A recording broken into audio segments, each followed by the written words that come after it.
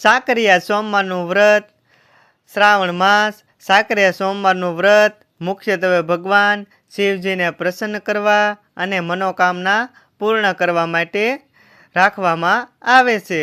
આ વ્રતમાં સાકર વડે શિવજીની પૂજા અર્ચના કરવાનું વિશેષ મહાત્મ્ય છે. વ્રતની પૂજા વિધિ સંકલ્પ. સ્નાન. સવારે વહેલા ઉઠી સ્નાન કરી સ્વસ્થ વસ્ત્રો ધારણ કરવાના. શિવજી સમક્ષ વ્રતનો સંકલ્પ લેવો. શિવજીનું પૂજન. શિવલિંગ પર જળ, દૂધ, પંચામૃતથી અભિષેક કરવો. ત્યારબાદ બિલીપત્ર, ચંદન, અક્ષત અને પુષ્પ અર્પણ કરવા. સાકરનો ભોગ. શિવજીને વિશેષ રૂપે સાકર મિશ્રી અર્પણ કરવી. કથા અને શ્રવણ. પૂજા પછી સાકરિયા સોમવારની કથા વાંચવી કે સાંભળવી. ફળાહાર. આજના દિવસે એકટાણું અથવા ફરાહારી ભોજન કરવું. સાંજે પૂજા કર્યા પછી સાકરનો પ્રસાદ વહેંચીને ગ્રહણ કરવો. સાકરિયા સોમવારની વ્રત કથા.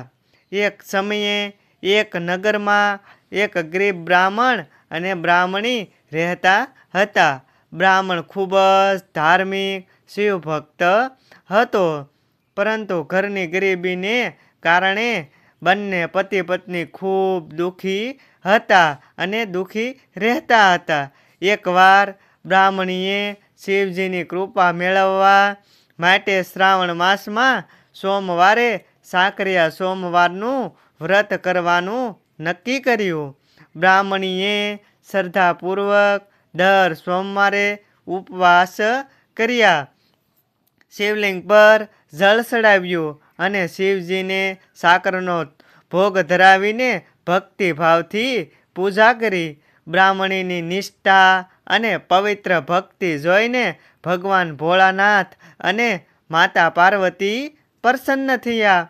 શિવજીએ બ્રાહ્મણના સ્વપ્નમાં આવીને આશીર્વાદ આપ્યા અને તેના ઘરની તમામ દરિદ્રતા દૂર કરી. બીજા જ દિવસથી બ્રાહ્મણના ઘરમાં સુખ, શાંતિ અને સમૃદ્ધિનો વાસ થયો.